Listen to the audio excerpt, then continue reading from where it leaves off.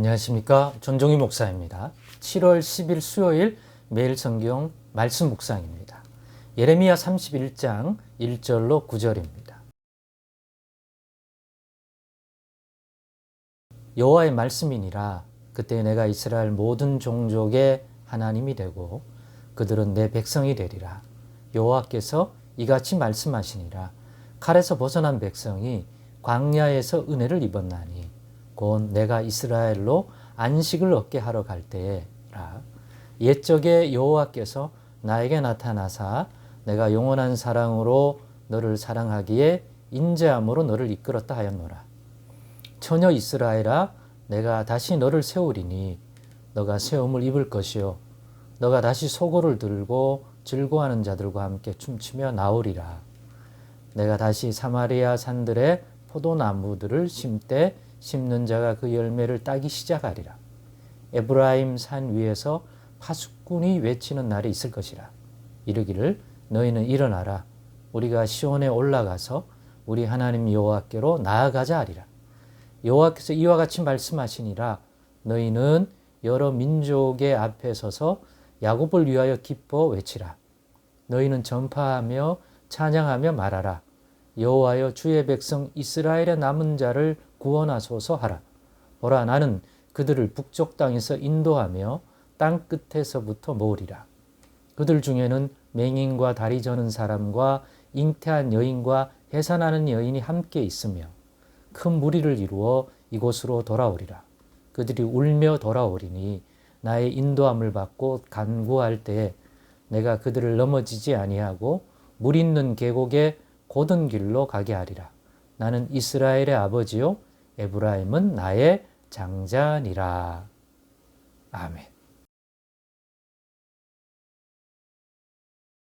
네, 오늘은 잊지 않고 영원한 사랑으로 회복시키시는 하나님이라는 제목으로 묵상 나눔을 갖겠습니다.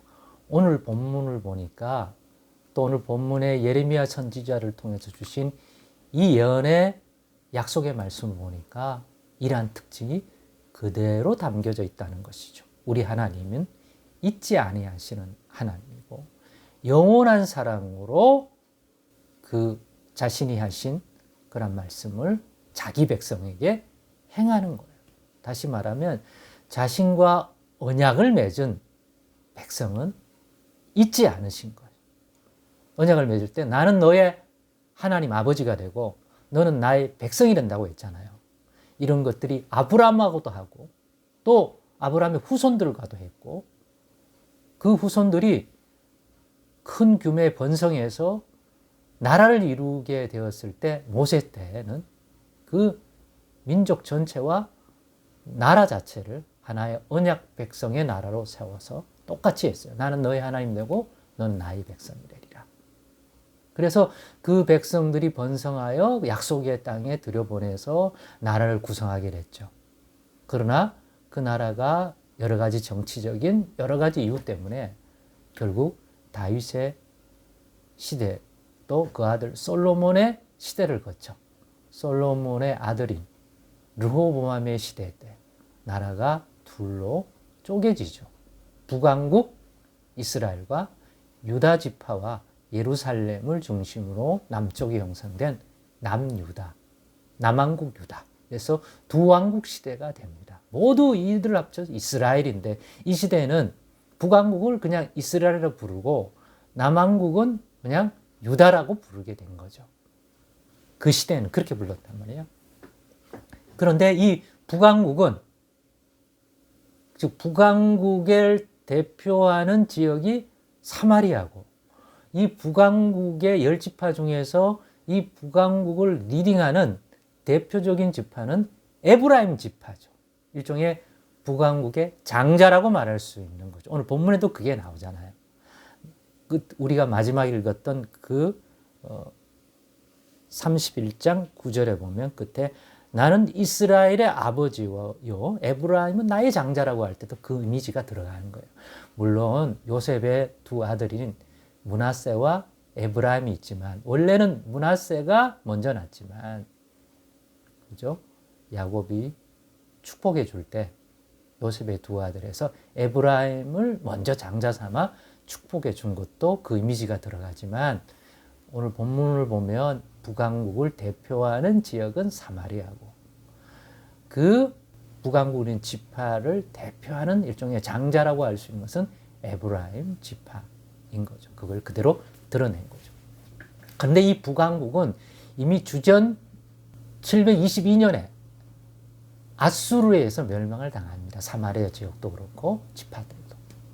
그리고 오늘 이 예레미야가 선지자가 사역하던 이 시대는 이미 멸망당했고 그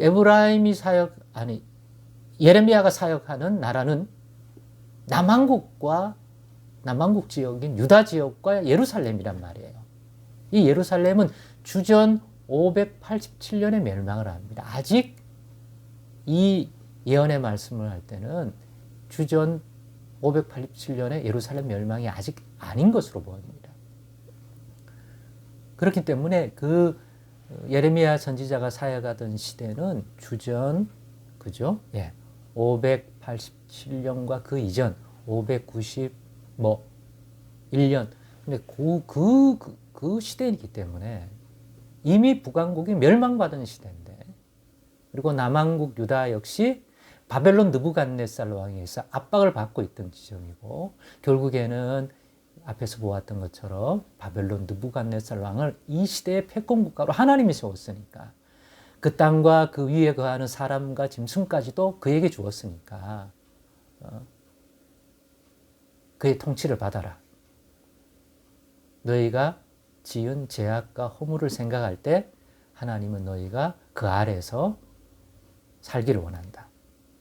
포로민으로 결국은 가게 되고 즉각적으로 못 돌아오고 한 70년의 그러한 시절을 보내라. 그러나 그 이후에 반드시 그 사이에 너희를 징계하고 연단하여서 너희를 낮추고 깨닫게 해서 다시 반드시 돌아오게 하겠다. 이 땅으로. 그런 메시지가 계속 나가고 있지 않습니까? 그 회복. 그러나 너희가 그때 되면 깨닫게 될 거라. 하나님의 입에서 나온 말씀 반드시 성취되고 그것을 통하여 이루시고자 하는 뜻을 이루시는구나. 그 뜻을 이러한 예언의 말씀에 담겨져 있구나. 그러니까 깨달으면 좋다 이거죠. 반드시 이루신다. 그런데 그 날 이러한 회복이 일어날 때는 유다와 예루살렘만 회복이 일어나는 게 아니라 온 이스라엘 잊은 바 된 것 같이 느껴지던 북왕국 사마리아 지역과 대표하는 그리고 에브라임 지파의 장자의 됨도 기억하고 계시기 때문에 잊지 않고 그들도 그때 다 회복하여 온 이스라엘이 야곱의 후손된 이스라엘 모든 백성들을 다시 회복시켜 하나님 아버지의 다스림 안에 다시 보호받고 인도받고 회복되는 그러한 세움을 줄 것이다. 근데 왜 그렇게 하느냐? 잊지 않고 계시기 때문이고 또 하나 중요한 것은 그 언약을 맺을 때 하나님의 영원한 사랑 안에서 언약을 맺고 그 백성을 그 민족을 하나님 백성으로 받아들였기 때문에 그 사랑은 사라지지 않고 사라진 것 같으나 사라진 게 아니죠. 우리의 부족함 때문에 그렇게 느낀 거지. 다시 온전히 드러나서 이 회복의 시대에 잊혀졌던 북왕국과 그 백성들을 다시 품어 안으시는 하나님의 사랑으로, 영원한 사랑으로. 그런데 이런 회복, 이런 잊지 않으심, 이런 사랑 더 궁극적으로 온전히 드러난 것이 예수 그리스도를 통해 드러내신 하나님의 사랑입니다. 누구에게요? 자기 백성에게, 언약 백성에게 적용될 것입니다. 우리는 예수 그리스도 안에서 예수를 믿음으로, 그리스도 주로 믿음으로 우리는 새 언약 백성이 된 사람입니다. 우리도. 그러면 우리의 삶도 이 현실에서는 여러 가지 부침이 있겠지만 잊지 않으신다는 사실을 꼭 기억하십시다. 언약을 맺었잖아요. 우리도 언약 백성이잖아요. 예수 그리스도 안에서 하나님 백성이 되고 또 그 하나님은 또 우리 하나님이 되는 우리 아버지가 되는 그런 언약 맺었잖아요. 우리도. 그러니까 기억하실 것입니다. 언약 백성은 하나님과 맺은 언약 백성 잊지 않으시는 하나님. 그리고 그 언약을 맺을 때 하나님의 영원한 사랑으로 품으셨다. 그래서 회복의 때에는 또 그 사랑이 온전히 드러날 것이다. 예수 안에 이와 같은 하나님 풍성히 나타난다. 오늘도 믿으시고 잊지 않고 예수 안에서 우리 하나님이 누구신지를 다시 한번 기억하고 깨닫고 하나님을 아는 그러한 지식과 믿음에 있어서 오늘의 묵상이 큰 도움과 큰 은혜가 되기를 사모합니다. 바랍니다. 기도하겠습니다. 하나님 감사합니다. 오늘의 나눔을 통해서도 우리의 믿음을 도와 주시옵소서. 예수님의 이름으로 기도드리옵나이다. 아멘.